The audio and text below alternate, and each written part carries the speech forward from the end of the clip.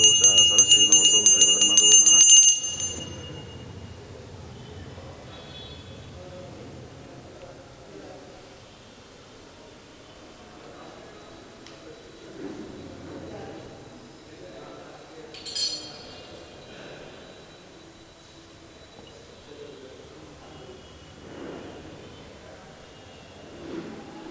ಶ್ರೀಗುರುಭ್ಯೋ ನಮಃ. ಹರಿ ಓಂ. ಯತ್ಪದಂ ವೇದ ಸಂವೇದ್ಯಂ ಕಟಾಕ್ಷೇಣಾಪಿ ವೀಕ್ಷಿತುಂ ನ ಕ್ಷಮಂತೆ ವಿಮತಯಃ ತಮುಪಾಸೇ ಶ್ರಿಯಃ ಪತಿಂ.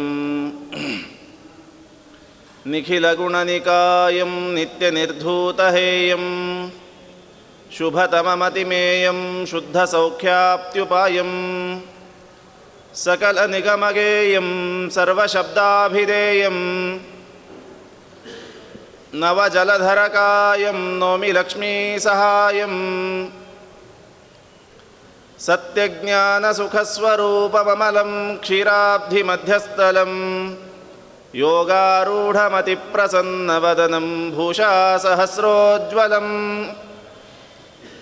ತ್ರಕ್ಷಂ ಚಕ್ರಪಿನಾಕಸಾಭಯವರಾನ್ ಬಿಭ್ರಾಣಮರ್ಕಚ್ಛವಿಂ ಛತ್ರೀಭೂತಫಣೀಂದ್ರಮಿಂದುಧವಲಂ ಲಕ್ಷ್ಮೀನೃಸಿಂಹಂ ಭಜೆ.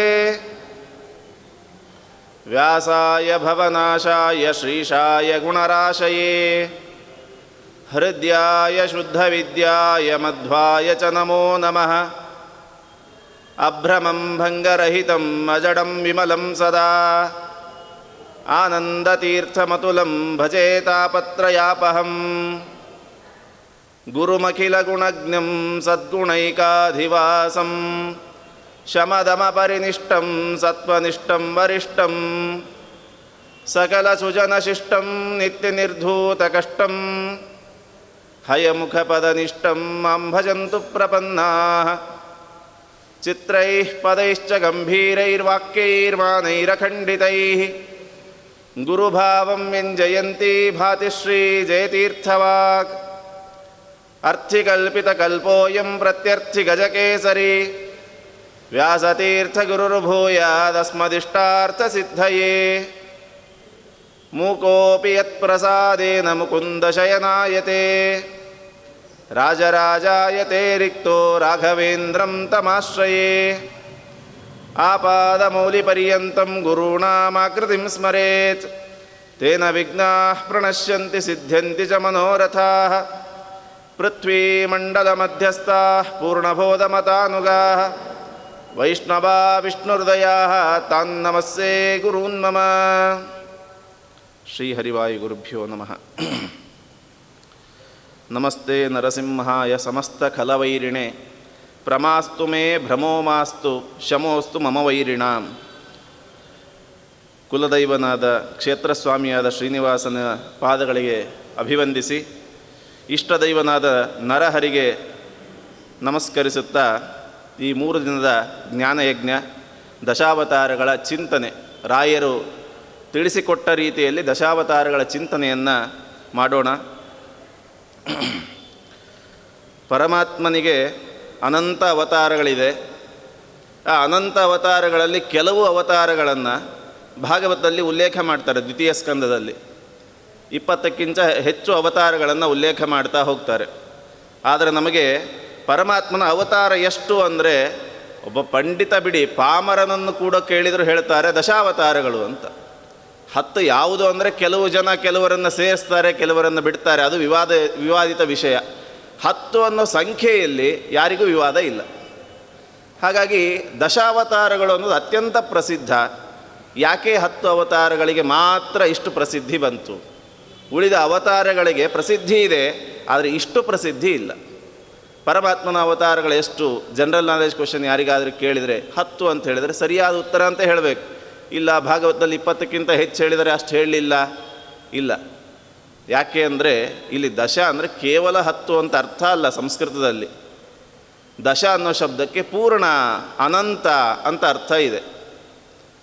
ಕೇವಲ ದಶ ಅಂತ ಶಬ್ದಕ್ಕೆ 10 ಅಂತ ಅರ್ಥ ಇಟ್ಟುಬಿಟ್ರೆ ಬಳಿತ್ಥ ಸೂಕ್ತ ಪ್ರತಿಪಾದ್ಯರಾದವರು ದಶಪ್ರಮತಿಂ ಜನಯಂತ ಯೋಷಾಣ ಅಂತ ದಶಪ್ರಮತಿಗಳು ಅಂತ. ನಾವು ಹೇಳ್ತೇವೆ ದಶಪ್ರಮತಿಗಳು ಅಂದರೆ ಪೂರ್ಣಪ್ರಜ್ಞಾಚಾರ್ಯರು ಅಂತ. ಅಲ್ಲಿ ದಶ ಅನ್ನೋ ಶಬ್ದಕ್ಕೆ ಪೂರ್ಣ ಅಂತ ಅರ್ಥ ಇಟ್ಕೊಂಡಿದ್ದೀವಿ. ಅದು ಬಿಟ್ಟು ನಾವು 10 ಅಂತ ಅರ್ಥ ಇಟ್ಕೊಂಡ್ರೆ 10 ವಿಷಯಗಳಲ್ಲಿ ಪರಿಣತಿ ಉಳ್ಳವರು ಅಂದರೆ ಈಗಿನ ಯಾವುದೋ ಒಬ್ಬ ಶತಾವಧಾನಿಯೋ ಸಹಸ್ರಾವಧಾನಿನೋ ದಶಪ್ರಮತಿ ಆಗಿಬಿಡುತ್ತಾನೆ. ಹಾಗಲ್ಲ, ದಶ ಶಬ್ದಕ್ಕೆ ಸಂಸ್ಕೃತದಲ್ಲಿ ದಶೇತಿ ಪೂರ್ಣಮುದ್ದಿಷ್ಟಂ, ದಶ ಅನ್ನೋ ಶಬ್ದಕ್ಕೆ ಪೂರ್ಣ ಅಂತ ಅರ್ಥ. ಹಾಗಾಗಿ ಇಲ್ಲಿ ದಶಾವತಾರಗಳು ಅಂದರೆ ಪರಮಾತ್ಮನ 10 ಅವತಾರ ಇರೋದು ಅಂತ ಅರ್ಥ ಅಲ್ಲ, ಹೊರತಾಗಿ ಅನಂತ ಅವತಾರಗಳಿದೆ. ಆ ಅನಂತ ಅವತಾರಗಳಲ್ಲಿ ಅತ್ಯಂತ ಪ್ರಸಿದ್ಧವಾದದ್ದು 10 ಅವತಾರ. ಆದ್ದರಿಂದ ಆ 10 ಅವತಾರಗಳ ಚಿಂತನೆಯನ್ನು ಈಗ ನಡೆಸೋಣ.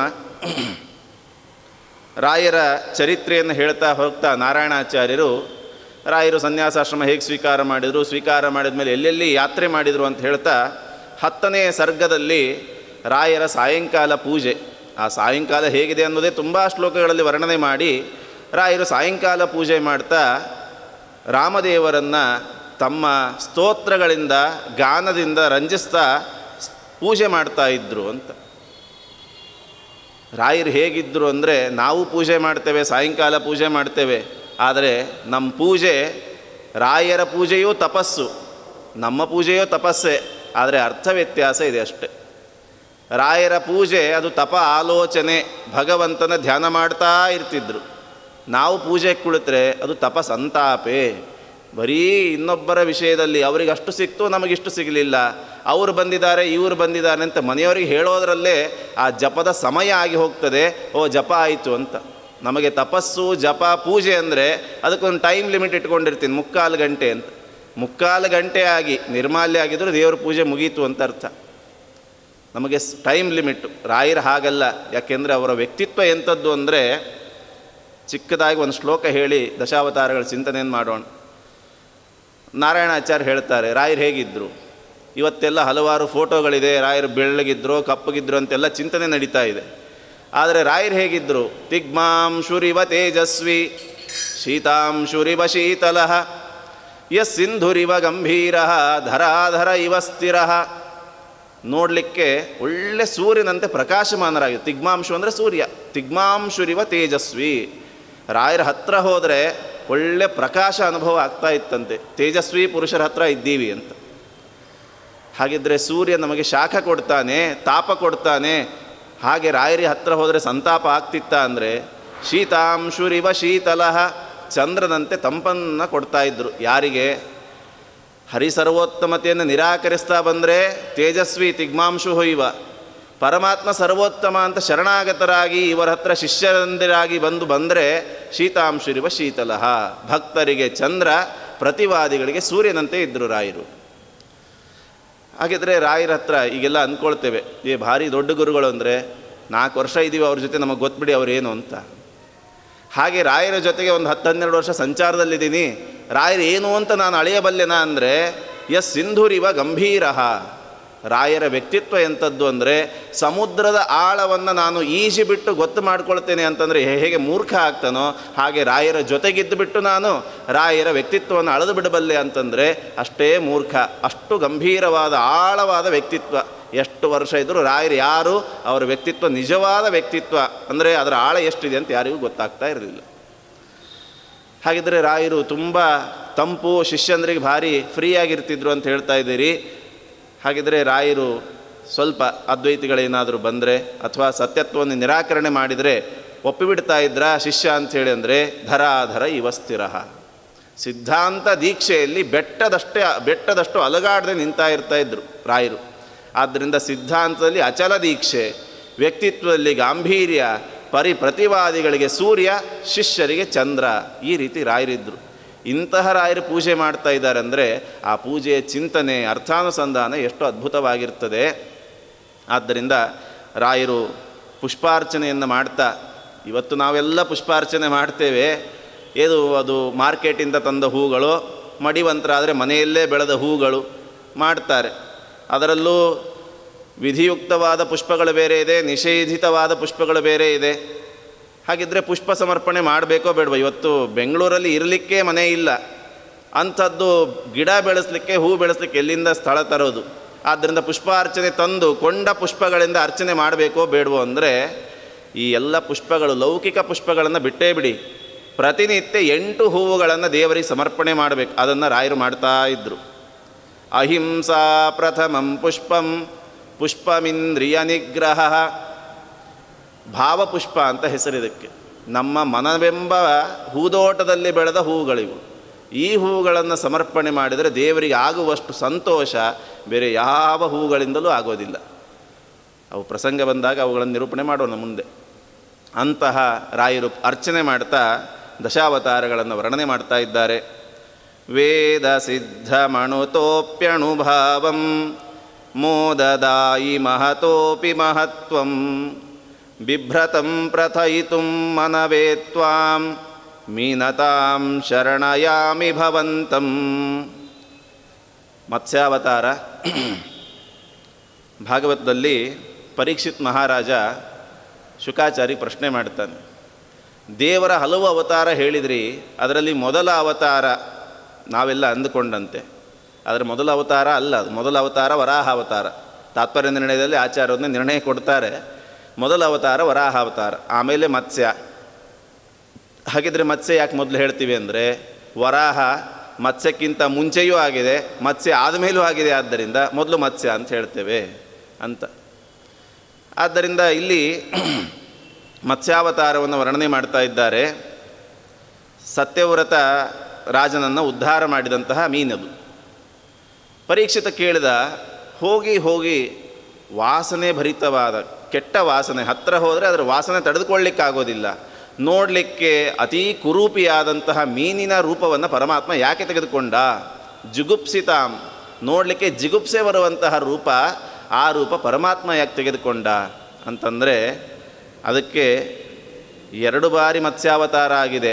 ಅದನ್ನು ತಿಳಿಸೋದಕ್ಕೋಸ್ಕರ ರಾಯರು 2 ಶ್ಲೋಕಗಳಿಂದ ಮತ್ಸ್ಯಾವತಾರ ವರ್ಣನೆ ಮಾಡ್ತಾರೆ. ಏನೇನು ಕಾರಣ ಅಂತಂದರೆ, ವೇದ ಸಿದ್ಧ ಮಣುತೋಪ್ಯಣುಭಾವಂ ಮೋದದಾಯಿ ಮಹತೋಪಿ ಮಹತ್ವಂ ಬಿಭ್ರತಂ ಪ್ರಥಯಿತುಂ ಮನವೇ ತ್ವಾಂ. ಮನು, ಸ್ವಯಂಭುವ ಮನು, ವೈವಸ್ವತ ಮನು, ಸ್ವಯಂಭುವ ಮನುವಿನ ವಂಶದಲ್ಲಿ ಬಂದವ. ಅವನು ಹಿಂದಿನ ಜನ್ಮದಲ್ಲಿ ದ್ರವಿಡ ದೇಶದ ರಾಜ, ಸತ್ಯವ್ರತ ಅಂತ ಹೆಸರು. ರಾಜನಾಗಿದ್ದಾಗ ಹಿಂದಿನ ಯುಗಗಳ ಧರ್ಮ ಏನು ಅಂದರೆ ಬ್ರಹ್ಮಚರ್ಯ, ಗಾರ್ಹಸ್ಥ್ಯ, ವಾನಪ್ರಸ್ಥ. 60 ಮೇಲೆ, ನಮಗೀಗ 60, ಅವರಿಗೆ ತುಂಬ ವರ್ಷ ಆಗ್ತಾಯಿತ್ತು. ಅಷ್ಟು ವಯಸ್ಸು ಅಂತ ಏನೋ ಒಂದು ಲಿಮಿಟ್ ಇಟ್ಕೊಂಡಿದ್ರು. ವೃದ್ಧಾಪ್ಯ ಬಂದ ತಕ್ಷಣ ಎಲ್ಲ ಅಧಿಕಾರವನ್ನು ಮಕ್ಕಳಿಗೆ ವಹಿಸಿ ತಾವೇ ಸ್ವಇಚ್ಛೆಯಿಂದ ಮನೆ ಬಿಟ್ಟು ಕಾಡಿಗೆ ಹೋಗ್ತಾ ಇದ್ದರು. ಹೋಗಿ ಗಂಡ ಹೆಂಡಿರು ಸಂಬಂಧದಿಂದ ಅಷ್ಟೇ, ಪರಸ್ಪರ ಅವರ ಏನು ದೈಹಿಕ ಸಂಪರ್ಕ ಇಲ್ಲ, ಸನ್ಯಾಸಿಗಳಂತೆ ಜೀವನ ಮಾಡ್ತಾ ಇದ್ದರು. ಹಾಗೆ ಈ ರಾಜ ವಾನಪ್ರಸ್ಥಾಶ್ರಮಿಯಾಗಿದ್ದ. ಕಲಿಯುಗದಲ್ಲಿ ಇಲ್ಲ ವಾನಪ್ರಸ್ಥಾಶ್ರಮ. ಯಾಕೆ ಅಂದರೆ, ನಾನು ಹೇಳೋದುಂಟು ಎಲ್ಲ ಕಡೆ, ಪರಮಾತ್ಮನಿಗೆ ತ್ರಿಯುಗ ಹೂತಿ ಅಂತ ಹೆಸರು. 3 ಯುಗಗಳಲ್ಲಿ ಅವನಿಗೆ ಅವತಾರ, ಕಲಿಯುಗದಲ್ಲಿ ಅವತಾರ ಇಲ್ಲ. ಉದ್ಧವ ಇದೇ ಪ್ರಶ್ನೆ ಮಾಡ್ತಾನೆ, ನಾವೆಲ್ಲ ಭಾಗ್ಯವಂತರು ಕೃಷ್ಣ, ನಿನ್ನನ್ನು ನೋಡಿ ನಾವು ಉದ್ಧಾರ ಆಗಿಬಿಟ್ವಿ, ಕಲಿಯುಗದವ್ರ ಹಣೆಬರ ಏನು?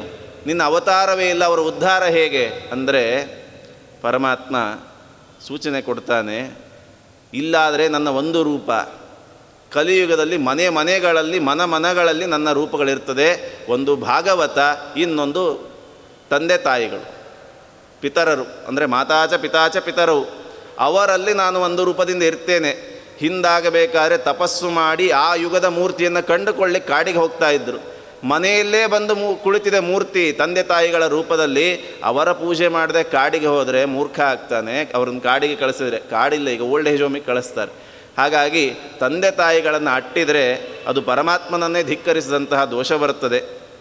ಆದ್ದರಿಂದ ಇವನು ಪ್ರಶ್ನೆ ಮಾಡಿದ, ವಾನಪ್ರಸ್ಥಾಶ್ರಮಿಯಾಗಿ ಹೋಗಿದ್ದ ಅಂತಹ ಸತ್ಯವ್ರತನನ್ನು ಉದ್ಧಾರ ಮಾಡಲು ಬಂದ ರೂಪ ಮತ್ಸ್ಯಾವತಾರ. ಏನು ಮಾಡಿದ ಅಂದರೆ, ಒಂದು ದಿವಸ ನದಿಗೆ ಹೋದ. ಕೃತಮಾಲ ಅಂತ ನದಿಗೆ ಹೋಗಿ ಅರ್ಘ್ಯ ಕೊಡ್ತಾ ಇದ್ದಾನೆ. ಬೊಗಸೆಯಲ್ಲಿ ನೀರಿನ ಜೊತೆಗೆ ಒಂದು ಚಿಕ್ಕ ಮೀನು ಬಂತು. ಮೀನನ್ನು ಇನ್ನೇನು ಕೆಳಗಡೆ ಬಿಸಾಕಿ ಬಿಡೋಣ ಅಂತಂದಾಗ, ಕಥಂ ವಿಸೃಜಸೆ ರಾಜನ್ ಭೀತಂ ಅಸ್ಮಿನ್ ಸರಿಜ್ಜಲೆ. ಮೀನು ಮಾತಾಡ್ತಾ ಇದೆ. ಗಾಬರಿ ಆಯಿತು ರಾಜನಿಗೆ. ಅವನಂತಾನೆ, ನನಗೆ ದೊಡ್ಡ ದೊಡ್ಡ ಮೀನುಗಳ ಭಯ ಇದೆ, ತಿಮಿಂಗಿಲಗಳ ಭಯ ಇದೆ, ಅಂತಹ ಭಯಭೀತನಾದ ನನ್ನನ್ನು ಹೇಗೆ ನೀನು ನಿಷ್ಕರುಣಿಯಾಗಿ ನೀರಲ್ಲಿ ಬಿಸಾಕ್ತಾ ಇದ್ದಿ ರಾಜ, ನನ್ನನ್ನು ಕಾಪಾಡುವನು. ಓ, ಏನೋ ಕೇಳ್ಕೊಳ್ತಾ ಇದೆ ಮೀನು ಅಂತ ಹೇಳಿ ತನ್ನ ಕಲಶದಲ್ಲಿ ಹಾಕಿದ. ಆಶ್ರಮಕ್ಕೆ ಬರೋದರಲ್ಲೇ ಮೀನು ಮಾತಾಡ್ತದೆ, ಕಲಶ ನನಗೆ ಸ್ಥಳ ಸಾಕಾಗ್ತಾ ಇಲ್ಲ, ಬೆಳೆದು ಬಿಟ್ಟಿದ್ದೀನಿ, ಉಸಿರುಗಟ್ತಾ ಇದೆ, ಇನ್ನೊಂದು ದೊಡ್ಡ ಪಾತ್ರೆಯಲ್ಲಿ ಹಾಕು. ಬಿಂದಿಗೆಯಲ್ಲಿ ಹಾಕಿದ, ಇನ್ನೊಂದು ದೊಡ್ಡ ಪಾತ್ರೆಯಲ್ಲಿ ಹಾಕಿದ, ಬೆಳೀತಾ ನದಿಗೆ ಹಾಕಿದ. ಕೃತಮಾಲ ನದಿಗೆ ಹಾಕಿದರೂ ಕೂಡ ಅದಕ್ಕೆ ದೇಹಕ್ಕೆ ಆ ನದಿ ಸಾಕಾಗ್ತಾ ಇಲ್ಲ. ನಾನು ಬೆಳೀತಾ ಇದ್ದೇನೆ, ನೀರಿಲ್ಲ, ನನಗೆ ಉಸಿರುಗಟ್ತಾ ಇದೆ. ಕೊನೆಗೆ ಸಮುದ್ರಕ್ಕೆ ಹೋಗಿ ಹಾಕಿದರೆ ಸಮುದ್ರವನ್ನೇ ಮೀರಿದ ರೂಪ ಬಂತು. ಆವಾಗ ಎಚ್ಚರ ಆಯಿತು ಸತ್ಯವ್ರತ ಮಹಾರಾಜನಿಗೆ, ಇದು ಯಾವುದೋ ಮೀನಲ್ಲ, ಮೀನಿನ ವೇಷದಲ್ಲಿ ಬಂದ ಮಾಯಾ ಮಾಣವಕ ಹೇಗೆ ವಾಮನ ಬಂದಿದ್ನೋ ಹಾಗೆ ಮಾಯಾ ಮತ್ಸ್ಯ ಇದು ಅಂತ ಹೇಳಿ ಸ್ತೋತ್ರ ಮಾಡ್ತಾ ಇದ್ದಾನೆ. ಯಾರು ನೀನು? ಸಾಕ್ಷಾತ್ ನಾರಾಯಣನೇ ಇರಬೇಕು, ಯಾಕೆ ಈ ಥರ ಬಂದಿದ್ದಿ ಅಂತ. ಆವಾಗ ಪರಮಾತ್ಮ ಹೇಳಿದ, ಇನ್ನು 7 ದಿವಸದಲ್ಲಿ ಪ್ರಳಯ ಆಗ್ತದೆ, ದಿನಪ್ರಳಯ. ಪ್ರಳಯ ಅಂದರೆ ಬ್ರಹ್ಮದೇವರ ಪ್ರಳಯ ಅಲ್ಲ, ಮನ್ವಂತರ ಆದಮೇಲೆ ಆಗುವಂತಹ ಪ್ರಳಯ. ಬ್ರಹ್ಮದೇವರ ಆಯಸ್ಸು ನಮ್ಮ ಪ್ರಕಾರ 432 ಕೋಟಿ ವರ್ಷ ಆದರೆ ಒಂದು ಹಗಲು, ಅಷ್ಟೇ ವರ್ಷಗಳಾದರೆ ಒಂದು ರಾತ್ರಿ, ಒಟ್ಟು 864 ಕೋಟಿ ವರ್ಷ ನಮಗಾದರೆ ಬ್ರಹ್ಮದೇವರಿಗೆ ಒಂದು ದಿವಸ. ಅಂತಹ 100 ವರ್ಷ ಆದರೆ ಬ್ರಹ್ಮದೇವರ ಪ್ರಳಯ. ಆ 100 ವರ್ಷ ಆದಮೇಲೆ ಅವರು ಪರಮಾತ್ಮನ ಹೊಟ್ಟೆ ಸೇರಿಕೊಳ್ತಾರೆ. ಇಷ್ಟು ಸಮಯ ಪರಮಾತ್ಮನಿಗೆ ಎಷ್ಟು, ಕಾಲನಾಮಕ ಪರಮಾತ್ಮನಿಗೆ ಅವನಿಗೆಷ್ಟು ಸಮಯ ತೆಗೆದುಕೊಳ್ತದೆ ಅಂದರೆ ನಿಮೇಷ, ಒಂದು ಕಣ್ಣು ರೆಪ್ಪೆಯನ್ನು ಮುಚ್ಚಿ ತೆಗೆಯುವಷ್ಟು ಕಾಲದಲ್ಲಿ ಬ್ರಹ್ಮದೇವರು ಬಂದು ಹೋಗಿರ್ತಾರೆ. ಆ ರೀತಿ ಕಾಲವನ್ನು ನಿಯಂತ್ರಿಸ್ತಾನೆ. 7 ದಿವಸದಲ್ಲಿ ಮನ್ವಂತರ ಪ್ರಳಯ ಆಗ್ತಾ ಇದೆ. ಆವಾಗ ನೀನು ಮುಂದಿನ ಮನ್ವಂತರಕ್ಕೆ ಬೇಕಾದ ಎಲ್ಲ ಬೀಜಗಳನ್ನು ತೆಗೆದಿಟ್ಕೊಂಡು ಸಪ್ತರ್ಷಿಗಳನ್ನು ಕರೆದುಕೊಂಡು ಬಂದು ರೆಡಿಯಾಗಿ ನಿಂತಿರು. ಪ್ರಳಯ ಆದಾಗ ಎಲ್ಲಿ ನೋಡಿದರೂ ನೀರೇ ಇರುತ್ತೆ, ಆ ಸಮುದ್ರದಲ್ಲಿ ನಾನು ನಾವಿಯಾಗಿ ಬರ್ತೇನೆ, ನಿಮ್ಮನ್ನೆಲ್ಲ ಕಾಪಾಡ್ತೇನೆ ಅಂತ ಹೇಳಿದ. ಆವಾಗ ಅದ್ಭುತವಾಗಿ ಸ್ತೋತ್ರ ಮಾಡ್ತಾನೆ. ನಾವೆಲ್ಲ ಹೇಗಿದ್ದೀವಿ ಅಂದರೆ, ಉಪನಿಷತ್ತು ಹೇಳ್ತದೆ, ಅಲ್ಲಿ ಇವನು ಸ್ತೋತ್ರ ಮಾಡ್ತಾನೆ ಅದೇ ಭಾಗವನ್ನು.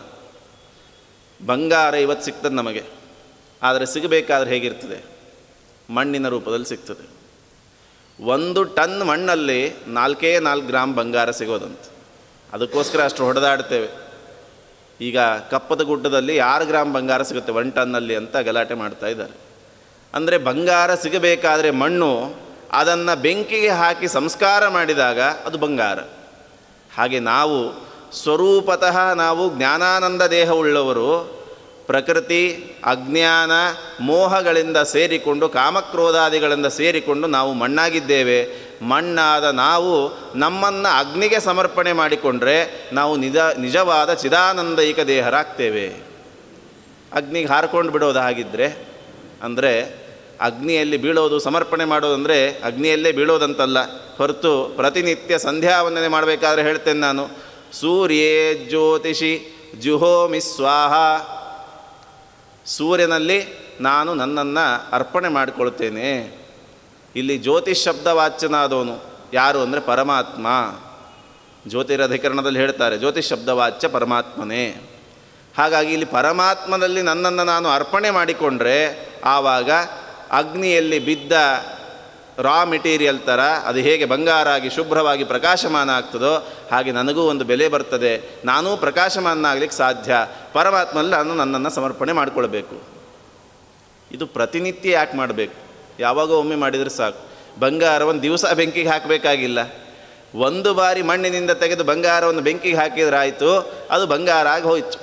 ಹಾಗೆ ನಾನು ಪ್ರತಿನಿತ್ಯ ಯಾಕೆ ಸಂಧ್ಯಾವಂದನೆ ಮಾಡಲಿ? ಒಂದು ಬಾರಿ ಸಂಧ್ಯಾವಂದನೆ ಮಾಡಿದರೆ ಸಾಕಲ್ವಾ ಅಂದರೆ, ಇಲ್ಲಿ ಸಂಧಿ ಅನ್ನೋ ಶಬ್ದಕ್ಕೆ ಅರ್ಥ ಬೇರೆ. ಸಂಧಿ ಕಾಲ ಅಂದರೆ ಬೆಳಗ್ಗೆ ಮಧ್ಯಾಹ್ನವು ಸಾಯಂಕಾಲ ಸೇರುವ ಕಾಲ ಅಲ್ಲ, ಪರಮಾತ್ಮ ಮತ್ತು ಜೀವನವು ಸೇರುವ ಕಾಲ ಇದು ಸಂಧಿಕಾಲ. ಅಂದರೆ ಪರಮಾತ್ಮನಿಗೆ ನಾನು ಹತ್ತಿರವಾಗುವಂತಹ ಕಾಲ. ಆ ಸಮಯದಲ್ಲಿ ಸ್ತೋತ್ರ ಮಾಡಿದರೆ ಪರಮಾತ್ಮ ಅನುಗ್ರಹ ಮಾಡುವಂತಹ ಕಾಲ. ಆದ್ದರಿಂದ ಪ್ರತಿನಿತ್ಯ ಸಂಧಿಕಾಲಗಳಲ್ಲಿ 3 ಬಾರಿ ಪರಮಾತ್ಮನನ್ನು ಚಿಂತನೆ ಮಾಡಿದರೆ ಆವಾಗ ಅನುಗ್ರಹ ಅನ್ನೋದು ಸಾಧ್ಯ. ಅದನ್ನೇ ಮತ್ಸ್ಯರೂಪೀ ಮಹಾಂಬೋಧವು ವಿಹರಂ ತತ್ವಮಬ್ರವೀತ್ ಪುರಾಣ ಸಂಹಿತಾಂ ವಿದ್ಯಾಂ ಸಾಂಖ್ಯಯೋಗ ಕ್ರಿಯಾವತೀಂ. ಪರಮಾತ್ಮ ಮತ್ಸ್ಯಪುರಾಣವನ್ನು ಉಪದೇಶ ಮಾಡಿದ. ಇವನು ಕೇಳಿದ, ನನ್ನನ್ನು ಉದ್ಧಾರ ಮಾಡಲಿಕ್ಕೆ ಏನಾದರೂ ಹೇಳು ಅಂತಂದಾಗ ಮತ್ಸ್ಯ ರೂಪದಿಂದ ಉಪದೇಶ ಮಾಡಿದಂತಹ ಸಂದೇಶಕ್ಕೆ ಮತ್ಸ್ಯಪುರಾಣ ಅಂತ ಹೆಸರಿದೆ. ಅಂತಹ ಪರಮಾತ್ಮ ಉದ್ಧಾರ ಮಾಡಿದ. ಈ ಮತ್ಸ್ಯಾವತಾರದಿಂದ ತಿಳಿಸಿಕೊಡುವ ಸಂದೇಶ ಇನ್ನೊಂದೇನು ಅಂದರೆ, ನಾವು ಫಿಸಿಕಲ್ ಅಪೀರಿಯನ್ಸ್ ನೋಡಿ ಮರಳಾಗಬಾರ್ದು ಅಂತ. ಯಾಕೆ? ನೋಡಲಿಕ್ಕೆ ಚಿಕ್ಕ ಮೀನಾಗಿತ್ತು, ಚಿಕ್ಕ ಮೀನು ಅಂದ್ಕೊಂಡ, ಬೆಳೀತಾ ಬೆಳೀತಾ ದೊಡ್ಡದಾಯಿತು. ಬರೀ ಫಿಸಿಕಲ್ ಅಪೀರಿಯನ್ಸ್ ನೋಡಿಬಿಟ್ಟಿದ್ರೆ ಯಾವುದೋ ಒಂದು ತಿಮಿಂಗಿಲ ಇರಬೇಕು ಅಂದ್ಕೊಳ್ತಾ ಇದ್ದ. ಆದರೆ ಇನ್ನರ್ ಅಪೀರಿಯನ್ಸ್, ಪರಮಾತ್ಮ ಒಳಗಿರುವ ಸತ್ವವನ್ನು ತಿಳಿದ ಪರಮಾತ್ಮ ಅಂದ, ಶರಣಾಗತನಾದ, ಒಂದು ಮನ್ವಂತರಕ್ಕೆ ಅಧಿಪತಿಯಾಗಿದ್ದಾನೆ.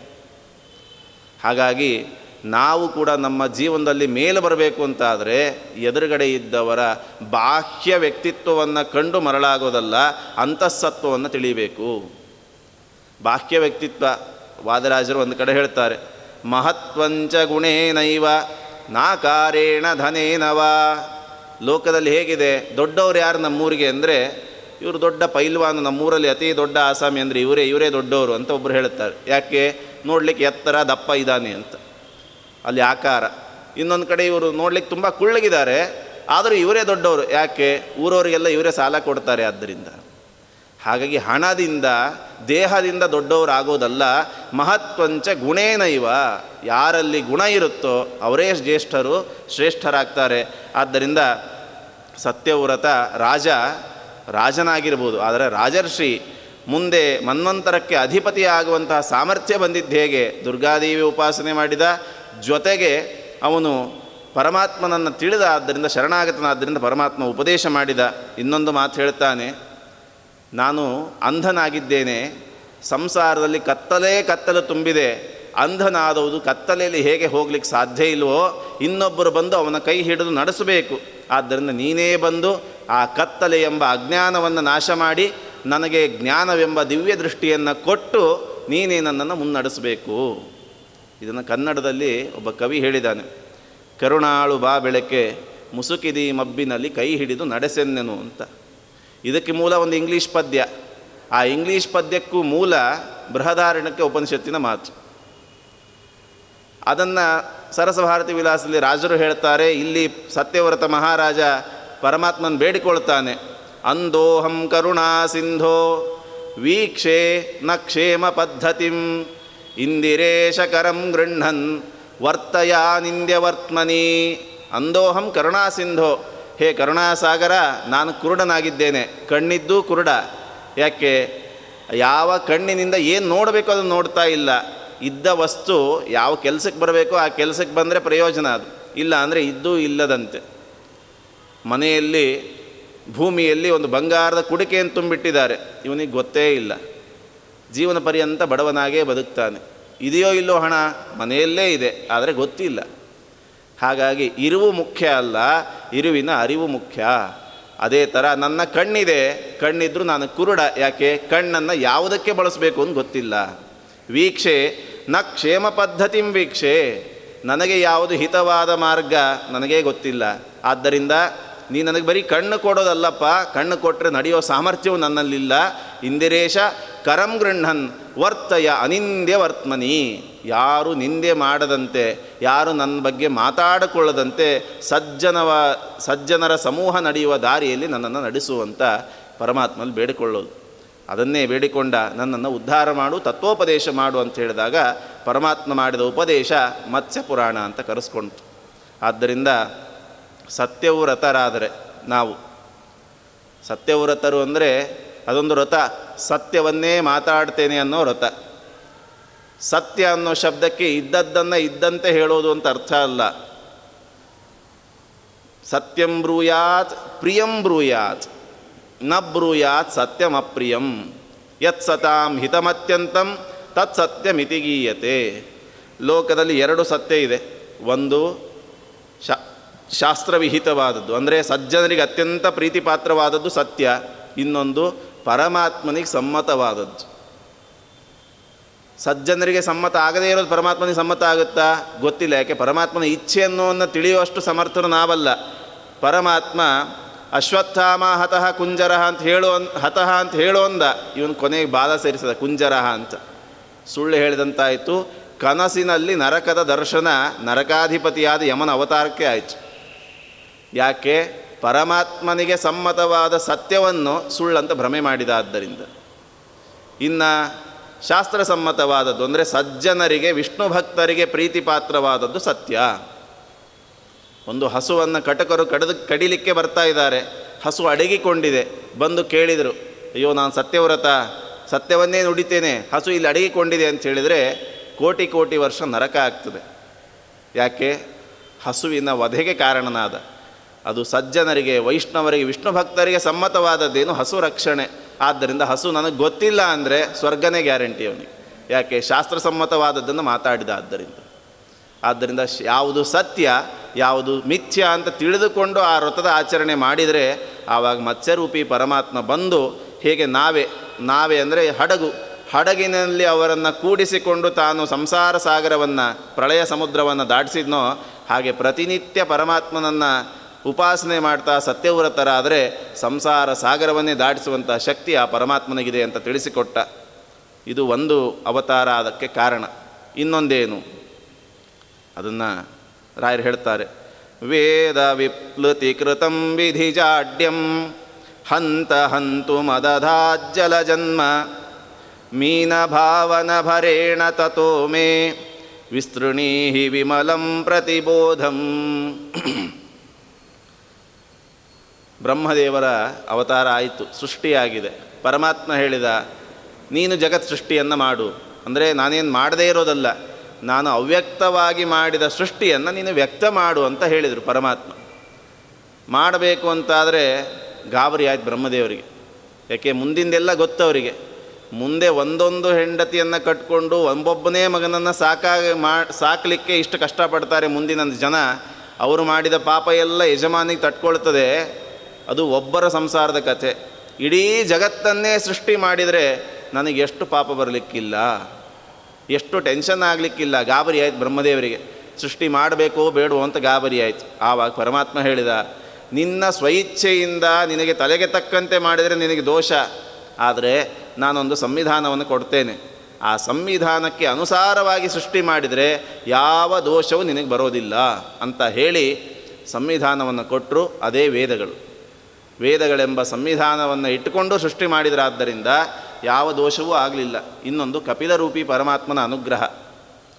ಕಪಿಲ ಅಂತ ಯಾಕೆ ಹೆಸರು ಅಂದರೆ ಬ್ರಹ್ಮದೇವರಿಗೆ ಕಪಿತ್ವವನ್ನು ಕೊಡ್ತಾರೆ. ಆದ್ದರಿಂದ ಕಪಿತ್ವ ಅಂದರೆ ಕೋತಿ ಆಗುವಂತೆ ಮಾಡ್ತಾರೆ ಅಂತ ಅರ್ಥ ಅಲ್ಲ. ಕ ಅಂದರೆ ಸುಖ ರೂಪತ್ವಾತ್ ಕಹ. ಕ ಅಂದರೆ ಸುಖ ಅಂತ. ಯಾರು ನಿತ್ಯವಾಗಿ ಸುಖರೂಪರೋ ಅವರಿಗೆ ಕ ಅಂತ ಕರೀತಾರೆ. ಇನ್ನು ಪಾಲ್ಯತೆ ಅನೇನ ಜಗದಿತಿ ಪಿಹಿ ಅಂದರೆ ಜಗತ್ಪಾಲಕತ್ವ. ಒಂದು ಸುಖರೂಪತ್ವ, ಇನ್ನೊಂದು ಜಗತ್ ಸೃಷ್ಟಿಕರ್ತೃತ್ವ.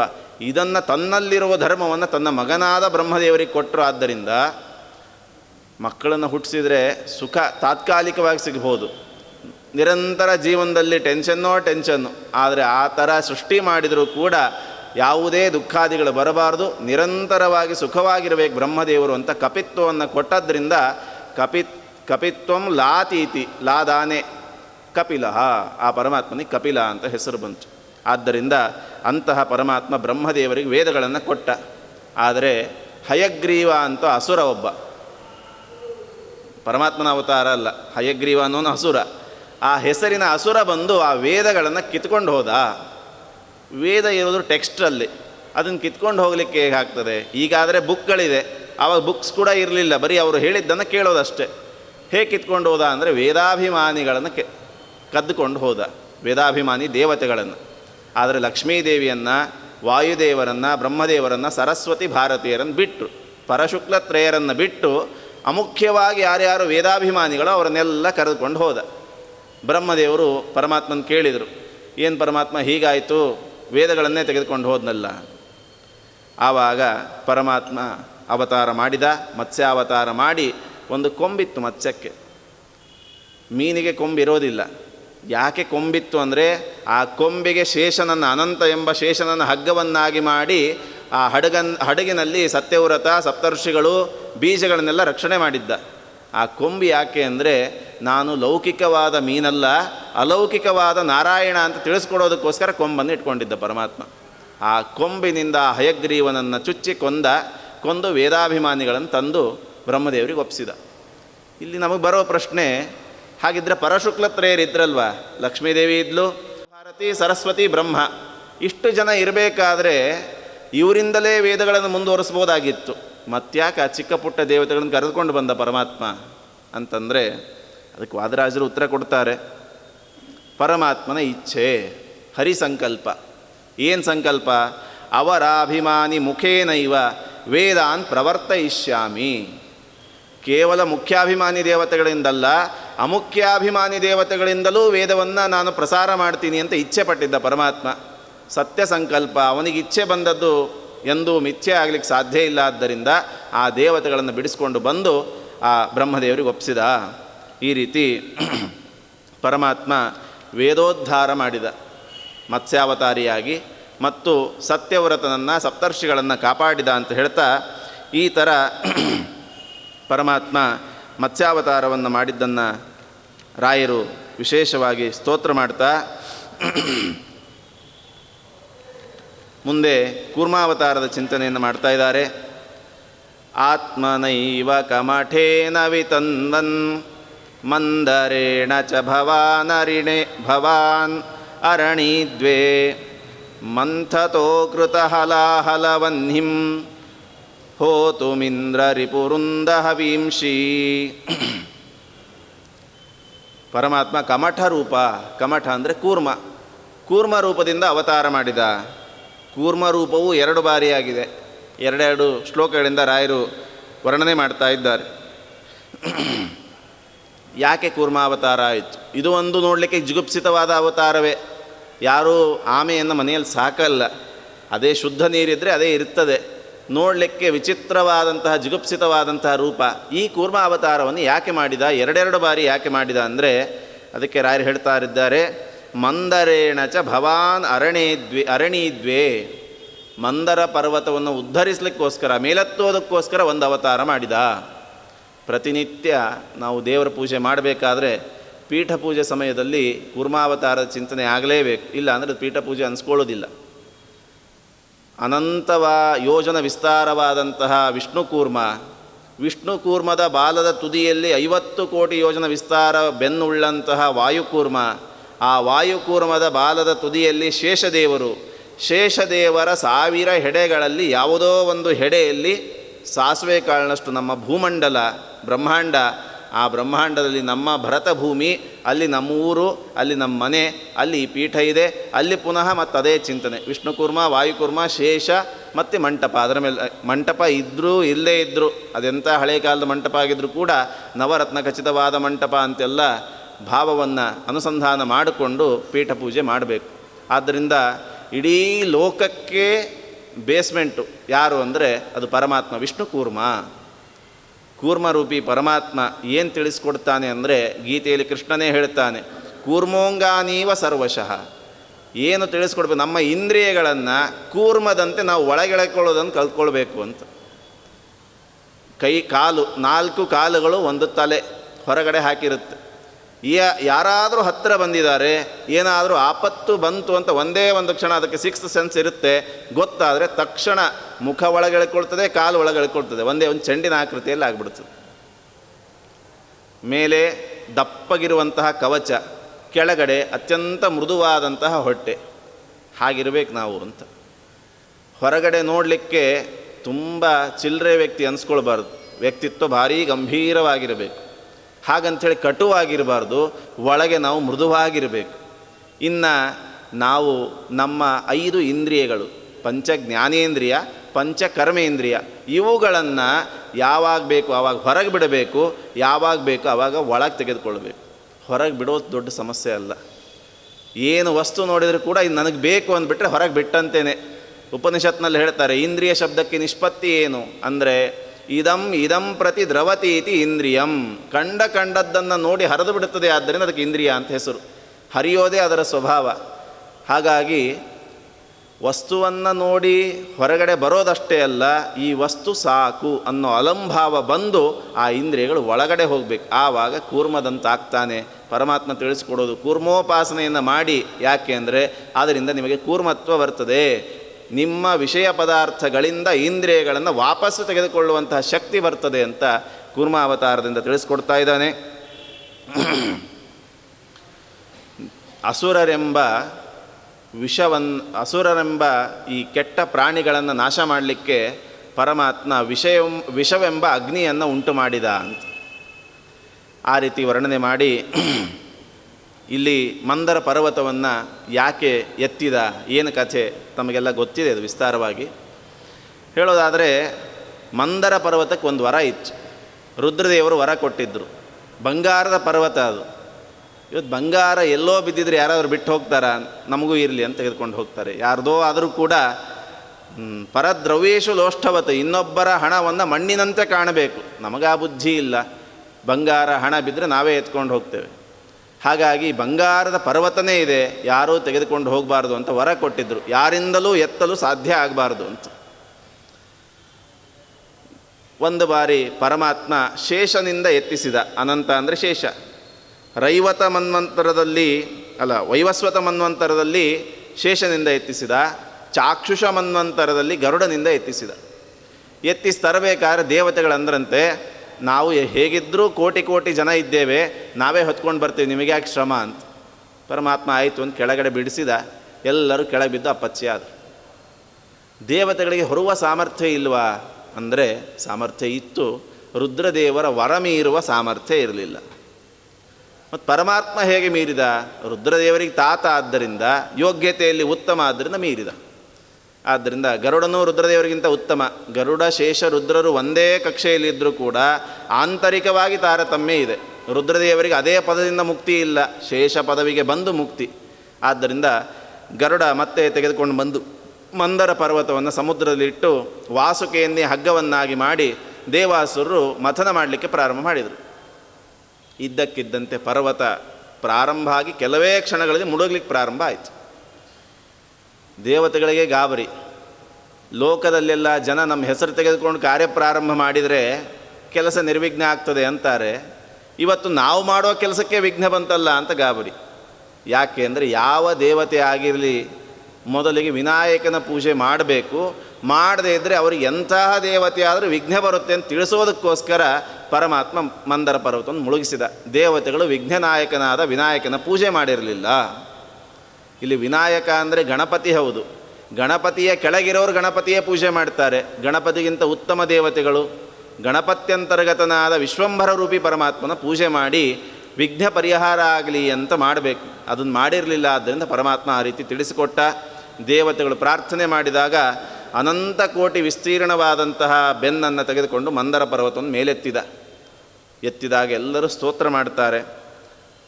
ಮತ್ತೆ ಮಥನ ಪ್ರಾರಂಭ ಆಯಿತು. ಪ್ರಾರಂಭ ಆದರೆ ಮೇಲೆ ಹೋಗ್ಲಿಕ್ಕೆ ಕೆಳಗಡೆ ಗಟ್ಟಿ ಬೇಸಿದೆ, ಮೇಲೇನೂ ಇಲ್ಲ. ಜೋರಾಗಿ ಎಳೆಯೋದ್ರಿಂದ ಮೇಲೆ ಹಾರಲಿಕ್ಕೆ ಪ್ರಾರಂಭ ಆಯಿತು. ಮೇಲೆ ಒಂದು ರೂಪದಿಂದ ಬಂದು ಕುಳಿತುಕೊಂಡ. ವಾಸುಕಿಗೆ ಸುಸ್ತಾಯಿತು, ಸತ್ತೇ ಹೋಗುವ ಪರಿಸ್ಥಿತಿ ಬಂತು. ವಾಸುಕಿಯಲ್ಲಿ ಒಂದು ರೂಪದಿಂದ ಕುಳಿತುಕೊಂಡ. ದೇವಾಸುರರಲ್ಲಿ ಒಂದು ರೂಪ. ಕಡಿತ ಮೇಲೂ ಪರಮಾತ್ಮ ಇದ್ದಾನೆ, ಕೆಳಗಡೆ ಪರಮಾತ್ಮ ಇದ್ದಾನೆ. ಜೋರಾಗಿ ಕಡಿದಾಗ ಪುಡಿ ಆಗಬಾರದು ಅಂತ ಮಂದರ ಪರ್ವತದ ಮಧ್ಯಭಾಗದಲ್ಲಿ ಒಂದು ರೂಪದಿಂದ ಕುಳಿತುಕೊಂಡ. ಹೀಗೆ ಸರ್ವತ್ರ ವ್ಯಾಪ್ತನಾಗಿ ಅಮೃತ ಮಥನ ಮಾಡಿದವನು ಅವನೇ. ನಿಮಿತ್ತ ಮಾತ್ರ ದೇವಾಸುರರಷ್ಟೇ. ಪರಮಾತ್ಮ ಯಾಕೆ ಮಾಡಿದ ಅಂದರೆ ಮುಂದೆ ತನ್ನ ಮದುವೆ ಆಗಬೇಕು, ತನ್ನ ಹೆಂಡತಿ ಅಲ್ಲಿಂದ ಬರಬೇಕು ಅಂತ ಸ್ವಾರ್ಥ ಅಲ್ಲಿ. ಹಾಗಾಗಿ ಪರಮಾತ್ಮ ಆ ಕೆಲಸವನ್ನು ಮಾಡಿದ. ಈ ರೀತಿ ಕೂರ್ಮಾವತಾರಿ ಹರಿ ಈ ರೀತಿ ಮಂದರ ಪರ್ವತ ಉದ್ಧಾರ ಮಾಡಿದ ಅಂತ ಹೇಳ್ತಾ, ಅನಂತೋಢೋ ಮಂದರಸ್ಥು ಯಥಾ ವೈವಸ್ವತಾಂತರೇ ಅಮೃತಾರ್ಥಂ ಸುಪರ್ಣೋಢೋ ರೈವತಸ್ಯಾಂತರೇ ಮನೋಹೋ. ಚಾಕ್ಷುಷ ಮನ್ವಂತರದಲ್ಲಿ ಗರುಡ ಎತ್ಕೊಂಡು ಬರ್ತಾನೆ ಮಂದರ ಪರ್ವತವನ್ನು. ವೈವಸ್ವತ ಮನ್ವಂತರದಲ್ಲಿ ಅನಂತ ಅಂದರೆ ಶೇಷ ಮಂದರ ಪರ್ವತವನ್ನು ಎತ್ಕೊಂಡು ಬರ್ತಾನೆ ಅಂತ ಈ ರೀತಿ ಹೇಳ್ತಾ, ಕೂರ್ಮಾವತಾರದ ಸಂದೇಶ ವಿಶಿಷ್ಟವಾದ ಸಂದೇಶ. ಅಂದರೆ ಅಸುರರ ನಾಶಕ್ಕೆ ಬಂದ ಅವತಾರ. ನಮಗೆ ತಿಳಿಸಿಕೊಡೋದು ವಿಷಯ ಪದಾರ್ಥಗಳಿಂದ ಹೇಗೆ ನಮ್ಮ ಇಂದ್ರಿಯಗಳನ್ನು ವಿಮುಖರನ್ನಾಗಿ ಮಾಡಿಕೊಡಬೇಕು ಅಂತ ತಿಳಿಸ್ತಾ ಇದ್ದಾನೆ. ಅಂತಹ ಕೂರ್ಮರೂಪಿ ಪರಮಾತ್ಮನನ್ನು ಬ್ರಹ್ಮಾಂಡದಲ್ಲಿ ಆ ಪ್ಲಕ್ಷದ್ವೀಪಾದಿಗಳ ಏನು ವರ್ಣನೆ ಮಾಡ್ತಾರೆ ಭಾಗವತದಲ್ಲಿ, ಒಂದು ಕಡೆ ಸ್ತೋತ್ರ ಮಾಡ್ತಾ ಇದ್ದಾರೆ. ಓಂ ನಮೋ ಭಗವತೆ ಅಕೂಪಾರಾಯ ಸರ್ವಸತ್ವಗುಣ ವಿಶೇಷಾಯ ನೋಪಲಕ್ಷಿತ ಸ್ಥಾನಾಯ ಪ್ರಮಾಣಾಯ ನಮೋ ಭೂಯಸೆ ನಮೋ ವಸ್ಥಾನಾಯ ನಮಸ್ತೆ. ಅಲ್ಲಿ ದಶಾವತಾರ ಮಂತ್ರಗಳನ್ನೇ ಕೊಟ್ಟಿದ್ದಾರೆ. ಆ ಒಂದು ಮಂತ್ರ ಅಕೂಪಾರಾಯ, ಬಾವಿಯಲ್ಲಿರೋ ನೀನು. ಹಾಗಾದರೆ ಬಾವಿಯಲ್ಲಿರೋನು ಅಂದರೆ ಬಾವಿಯ ಕಪ್ಪೆ ತರನ ಅಂದರೆ ಅಲ್ಲ, ಸರ್ವ ಸತ್ವಗುಣ ವಿಶೇಷಣಾಯ, ಎಲ್ಲ ಗುಣಗಳು, ಅನಂತ ಕಲ್ಯಾಣ ಗುಣಗಳು ನಿನ್ನಲ್ಲಿದೆ. ಕೂರ್ಮ ಅಂದ ಮಾತ್ರಕ್ಕೆ ಕ್ಷುದ್ರ ಪ್ರಾಣಿ ಅಲ್ಲ, ನೀನು ಪರಮಾತ್ಮನ ಅಂಶ ಅಂತ ಹೇಳ್ತಾ ಅಂತಹ ಪರಮಾತ್ಮ ನಿನಗೆ ಮತ್ತೊಮ್ಮೆ ನಮಸ್ಕಾರ ಅಂತ ಆ ಪರಮಾತ್ಮನ ನಮಸ್ಕಾರ ಮಾಡ್ತಾ ಇರ್ತಾರೆ. ಈ ರೀತಿ ಕೂರ್ಮಾವತಾರವನ್ನು ವರ್ಣನೆ ಮಾಡಿ ಮುಂದೆ ವರಾಹಾವತಾರದ ಬಗ್ಗೆ ತಾತ್ಪರ್ಯ ನಿರ್ಣಯದಲ್ಲಿ ಆಚಾರ್ಯ ತುಂಬ ಬರೀತಾರೆ. ಆ ವರಾಹನನ್ನು ಸ್ತೋತ್ರ ಮಾಡ್ತಾ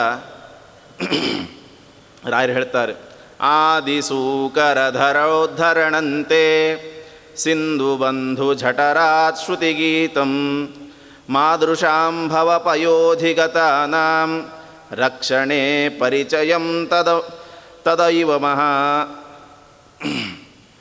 ನಾವು ಸಂಸಾರ ಸಾಗರದಲ್ಲಿ ಬಿದ್ದುಬಿಟ್ಟಿದ್ದೇವೆ. ನಮ್ಮನ್ನು ಯಾರೋ ಬಂದು ಎತ್ತಬೇಕಾದ್ರೆ ಹಿಂದೆ ಯಾರಾದರೂ ನೀರಿನಲ್ಲಿ ಬಿದ್ದವರನ್ನು ಎತ್ತಿ ಅಭ್ಯಾಸ ಇದ್ದರೆ ಅವರು ಬಂದು ಎತ್ತಬೇಕು. ಅದು ಬಿಟ್ಟುಬಿಟ್ಟು ಯಾರೋ ತುಂಗಾ ನದಿಯಲ್ಲಿ ಬಿದ್ದುಬಿಟ್ಟಿದ್ದಾನೆ, ಈಜು ಬರಲ್ಲ, ಕಾಪಾಡಿ ಅಂತಂದರೆ ಈಜು ಬರಲೇ ಇರೋದವನು ಬಿದ್ದರೆ ಇಬ್ಬರು ಹಾಗೇ ಬಿದ್ದು ಹೋಗಿಬಿಡ್ತಾರಷ್ಟೆ. ಈಜು ಬರೋನು ಹಿಂದೊಂದು ಬಾರಿ ರಕ್ಷಣೆ ಮಾಡಿ ಗೊತ್ತಿದ್ದವನು ಬಂದರೆ ಸುಲಭವಾಗಿ ದಾಟಿಸ್ಲಿಕ್ಕೆ ಸಾಧ್ಯ. ಹಾಗಾಗಿ ಇಲ್ಲಿ ಸಂಸಾರ ಎಂಬ ಸಾಗರದಲ್ಲಿ ಬಿದ್ದಿದ್ದೇನೆ, ಬರೀ ನದಿಯಲ್ಲ ಸಾಗರದಲ್ಲೇ ಬಿದ್ದು ಬಿಟ್ಟಿದ್ದೇನೆ. ಈ ಸಾಗರದಲ್ಲಿ ಬಿದ್ದ ನನ್ನನ್ನು ಎತ್ತಲಿಕ್ಕೆ ಯಾರು ಸಮರ್ಥರು ಅಂತಂದಾಗ ರಾಯರಿಗೆ ಹೊಳೆಯುತ್ತಂತೆ, ನನ್ನನ್ನಲ್ಲ, ನನ್ನಂತಹ ಕೋಟಿ ಕೋಟಿ ಜನ ಇರುವ ಭೂಮಿಯನ್ನೇ ಎತ್ತಿದ ಒಬ್ಬ ಇದ್ದಾನೆ. ಆ ಭೂಮಿ ಉದ್ಧಾರ ಮಾಡಿದಂತಹ ವರಾಹ ಬಂದರೆ ಈ ಸಂಸಾರ ಸಾಗರದಿಂದ ನನ್ನನ್ನು, ನನ್ನ ಶಿಷ್ಯಂದರನ್ನೆಲ್ಲರನ್ನು ಎತ್ತುವ ಸಾಮರ್ಥ್ಯ ಆ ಪರಮಾತ್ಮನಿಗಿದೆ. ಹಾಗಾಗಿ ಅವನನ್ನು ಸ್ತೋತ್ರ ಮಾಡೋಣ ಅಂಥೇಳಿ ಆದಿಸೂಕರ ಧರೋದ್ಧರಣಂತೆ, ಧರೆಯನ್ನು ಉದ್ಧರಿಸಿದಂತಹ ಸೂಕರ ರೂಪಿ ಪರಮಾತ್ಮ ನಿನಗೆ ನಮಸ್ಕಾರ ಅಂತ ಹೇಳ್ತಿದ್ದಾರೆ. ಏನಾಗಿದೆ ಅಂದರೆ, ಯಾಕೆ ವರಾಹಾವತಾರ ಆಯಿತು? ಬ್ರಹ್ಮದೇವರ ಸೃಷ್ಟಿ ಆಯಿತು. ಬ್ರಹ್ಮದೇವರು ಸ್ವಯಂಭೂಮನು ಶತರೂಪಾದೇವಿಯನ್ನು ಸೃಷ್ಟಿ ಮಾಡಿದರು.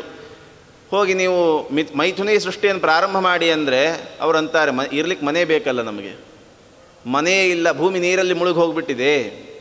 ಹೇಗೆ ಮುಳುಗಿ ಹೋಯಿತು ಅಂದರೆ, ನಮ್ಮ ಭೂಮಿ ಹೇಗಿದೆ ಅಂದರೆ ಪೂರ್ತಿ ವೃತ್ತಾಕಾರದಲ್ಲಿ ಇಲ್ಲ, ಕಿತ್ತಳೆ ಹಣ್ಣು ಆರೆಂಜ್ ಇದ್ದಾಗಿದೆ ಭೂಮಿ.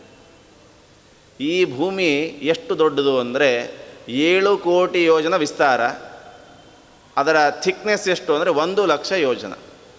ಆ 1 ಲಕ್ಷ ಯೋಜನದಲ್ಲಿ 7 ದೊಡ್ಡ ದೊಡ್ಡ ತಗ್ಗುಗಳಿದೆ. ಅತಲ, ವಿತಲ, ಸುತಲ, ತಲಾತಲ, ರಸಾತಲ, ಮಹಾತಲ, ಪಾತಾಲ ಅಂತ. ಬರೀ ತಗ್ಗವು, ಪ್ರತ್ಯೇಕ ಲೋಕಗಳಲ್ಲ.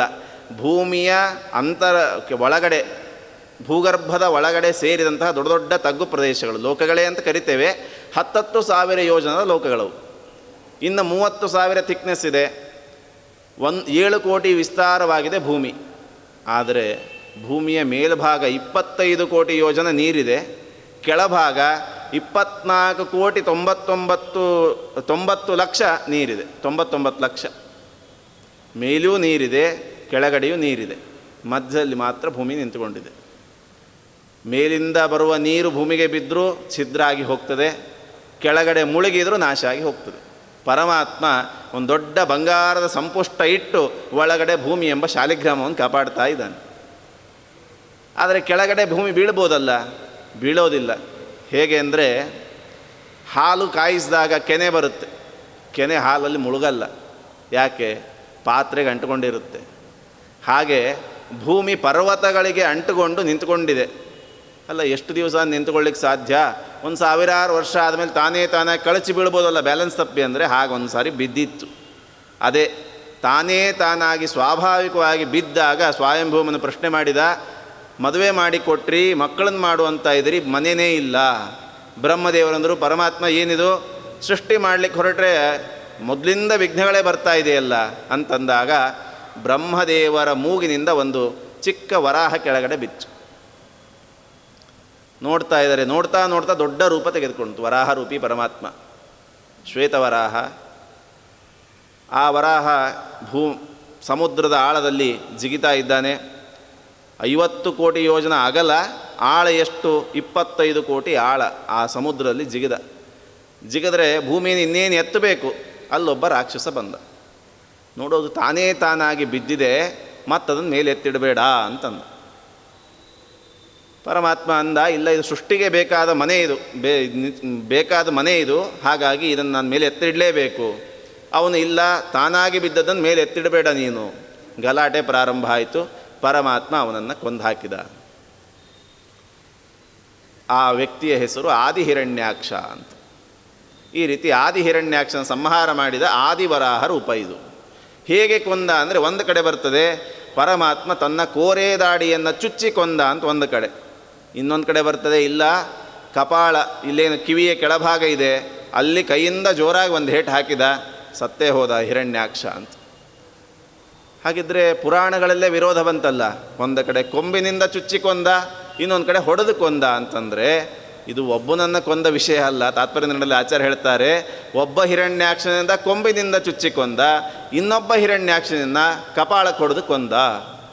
ಇಬ್ಬಿಬ್ಬರಿದ್ರ ಅಂದರೆ ಇದ್ದರು. ಈ ಆದಿ ಹಿರಣ್ಯಾಕ್ಷ ಸತ್ತಾಗ ಮತ್ತೆ ತಂದು ಭೂಮಿಯನ್ನು ಇಟ್ಟ ಸ್ವಸ್ಥಾನದಲ್ಲಿ. ವೈಜ್ಞಾನಿಕವಾಗಿ ಒಬ್ಬ ರಷ್ಯನ್ ಸೈಂಟಿಸ್ಟು ಅವನು ಬರೀತಾನೆ, ಭೂಮಿ ತನ್ನ ಕಕ್ಷೆಯಿಂದ 2 ಬಾರಿ ಆಚೆಗೆ ಹೋಗಿ ಮತ್ತೆ ಬಂದಿದೆ ಅಂತ. ಏನು ಸೌರಮಂಡಲ ವ್ಯವಸ್ಥೆ ಇದೆಯಲ್ಲ, ಈ ವ್ಯವಸ್ಥೆಯಲ್ಲಿ ಒಂದು ಭೂಮಿಗೆ ಒಂದು ಕಕ್ಷೆ ಇದೆ. ಆ ಭೂಮಿ ತನ್ನ ಕಕ್ಷೆಯಲ್ಲಿ ತಿರುಗುತ್ತಾ ಯಾವಾಗೋ 2 ಬಾರಿ ತನ್ನ ಕಕ್ಷೆಯಿಂದ ಆಚೆ ಹೋಗಿ ಮತ್ತೆ ಸೇರಿದೆ ಅಂತ. ಅದು ಚಿಕ್ಕ ಮಕ್ಕಳ ಆಟಿಕೆ ಸಾಮಾನಂತೂ ಅಲ್ಲ ಆಚೆ ಹೋಗಿ ಬರಲಿಕ್ಕೆ. ಬಂದಿದೆ ಅಂದರೆ ಅಲ್ಲೊಂದು ಸೂಪರ್ ನ್ಯಾಚುರಲ್ ಪವರ್ ಇದೆ ಅಂತ ಅವ್ರು ಒಪ್ಪಿಕೊಂಡಂತ ಆಯಿತು. ಹಾಗಾಗಿ ಆ ಭೂಮಿಯನ್ನು ಇವನು ಎತ್ತಬೇಕಾದ್ರೆ ಹಿರಣ್ಯಾಕ್ಷನನ್ನು ಕೊಂದಿದ್ನಲ್ಲ, ಅವನಿಗೆ ಸೇಡು, ಏನಾದರೂ ಮಾಡಿ ಈ ವ್ಯಕ್ತಿಯನ್ನು ಮತ್ತೆ ಕೊಲ್ಲಬೇಕು ಅಂತ. ಹಾಗಾಗಿ ಜಯ ವಿಜಯರಿಗೆ ಶಾಪ ಕೊಟ್ಟಾಗ ವಿಜಯ ರಾಕ್ಷಸನಾಗಿ ಹುಟ್ಟಿದ. ಹಿರಣ್ಯಕಶಿಪು ಹಿರಣ್ಯಾಕ್ಷ. ಹಿರಣ್ಯಾಕ್ಷನಲ್ಲಿ ವಿಜಯನ ಆವೇಶ, ಅದರ ಜೊತೆಗೆ ಈ ಆದಿ ಹಿರಣ್ಯಾಕ್ಷ ಬಂದು ಸೇರಿಕೊಂಡ. ಯಾವ ಆಚಾರ್ಯರು ಹೇಳದೇ ಇರುವ, ಕೇವಲ ಆಚಾರ್ಯ ಮಧ್ವರು ಮಾತ್ರ ನಿರೂಪಿಸಿದ ವಿಷಯ ಅಂದರೆ ಅದು ಜೀವದ್ವಯಾವೇಶ. ಬೇರೆ ಯಾರೂ ಹೇಳಲಿಲ್ಲ. ನಮ್ಮ ಒಳಗಡೆನೇ ಪಕ್ಕದ ಮನೆಯವರು, ಪಕ್ಕದ ರಾಜ್ಯ, ಪಕ್ಕದ ರಾಷ್ಟ್ರ ಕೆಟ್ಟವರು ಅಂತಲ್ಲ, ನಮ್ಮ ಒಳಗಡೆನೇ ಒಬ್ಬ ಕೆಟ್ಟ ವ್ಯಕ್ತಿ ಇರ್ತಾನೆ, ಒಬ್ಬ ಒಳ್ಳೆಯ ವ್ಯಕ್ತಿ ಇರ್ತಾನೆ. ಜೀವದ್ವಯರು ಬಂದು ಸೇರಿಕೊಂಡಿರ್ತಾರೆ ಅಂತ. ಹಾಗಾಗಿ ಅಲ್ಲಿ ಆದಿ ಹಿರಣ್ಯಾಕ್ಷನೂ ಸೇರಿದ, ವಿಜಯನೂ ಸೇರಿದ. ವಿಜಯ ಸೇರಿದ ಆದ್ದರಿಂದ ಒಮ್ಮೊಮ್ಮೆ ಒಳ್ಳೆ ವಿಚಾರ ಬರ್ತಿತ್ತು. ಹಿರಣ್ಯಾಕ್ಷನ ಪ್ರಭಾವ ಜಾಸ್ತಿ ಇತ್ತು, ಆದ್ದರಿಂದ ಯಾವಾಗಲೂ ಕೆಟ್ಟ ವಿಚಾರ ಮಾಡ್ತಿದ್ದ. ಸೇಡೇನು ಅಂದರೆ, ಭೂಮಿ ಕೆಳಗಡೆ ಬಿದ್ದಾಗ ನಮಗೆ ಗಲಾಟೆ ಆಗಿತ್ತಲ್ವ, ಆ ಹರಿ ಮತ್ತೆ ಬರಬೇಕಾದ್ರೆ ಭೂಮಿಯನ್ನು ಕೆಳಗೆ ಬೀಳಿಸ್ಬೇಕು ಅಂತ ತಾನೇ ಹೋಗಿ ಭೂಮಿಯನ್ನು ಕೆಳಗಡೆ ಬೀಳಿಸಿದ. ಮೊದಲಿಗೆ ಸ್ವಾಭಾವಿಕವಾಗಿ ಬಿದ್ದಿತ್ತು, 2ನೇ ಬಾರಿ ತಾನೇ ಹೋಗಿ ಮುಳುಗಿಸಿದ ಭೂಮಿಯನ್ನು. ಆವಾಗ ಪುನಃ ಮತ್ತೆ ಪರಮಾತ್ಮನ ಅವತಾರ ಆಯಿತು. ಅದಕ್ಕೆ ಕೃಷ್ಣವರಾಹ, ನೀಲವರಾಹ ಅಂತ ಹೆಸರು. ಅದ್ಭುತವಾದ ರೂಪ. ವಾದರಾಜರು ವರ್ಣನೆ ಮಾಡ್ತಾರೆ, ಎಷ್ಟು ದೊಡ್ಡದಿತ್ತು ಪರಮಾತ್ಮನ ವರಾಹ ರೂಪ ಅಂದರೆ, 7 ಸಾಗರಗಳಿಂದ ನೀರನ್ನು ತಂದು ಅಭಿಷೇಕ ಮಾಡಿದರೆ ಪರಮಾತ್ಮನ ಒಂದು ರೋಮ ಕೂಪವು ಕೂಡ ತುಂಬಲಿಲ್ಲ. ಒಂದು ಕೂದಲಿನ ರಂಧ್ರ 7 ಸಾಗರಗಳ ನೀರಿನಲ್ಲೂ ಕೂಡ ತುಂಬಲಿಲ್ಲ, ಅಷ್ಟು ದೊಡ್ಡ ರೂಪ ಇತ್ತು ಅಂತ. ಅವತಾರ ಮಾಡಿ ಹಿರಣ್ಯಾಕ್ಷನನ್ನು ಕೊಂದ. ಇಲ್ಲಿ ಕೊಲ್ಲಬೇಕಾದ್ರೆ ಅವನು ಕಪಾಳಕ್ಕೆ ಹೊಡೆದು ಕೊಂದ. ಆದ್ದರಿಂದ ಆದಿ ಹಿರಣ್ಯಾಕ್ಷನನ್ನು ಕೋರೆದಾಡಿಯಿಂದ ಕೊಂದ. ಈ ಹಿರಣ್ಯಾಕ್ಷನ ಹಿರಣ್ಯಕಶಿಪುವಿನ ತಮ್ಮನನ್ನು ಕಪಾಳಕ್ಕೆ ಹೊಡೆದು ಕೊಂದ. ಆದ್ದರಿಂದ ಪುರಾಣ ವಾಕ್ಯಗಳಿಗೆ ವಿರೋಧ ಇಲ್ಲ ಅಂತ ಆಚಾರ್ಯರು ನಿರ್ಣಯ ಕೊಡ್ತಾರೆ. ಈ ರೀತಿ ಆ ವರಾಹಾವತಾರ.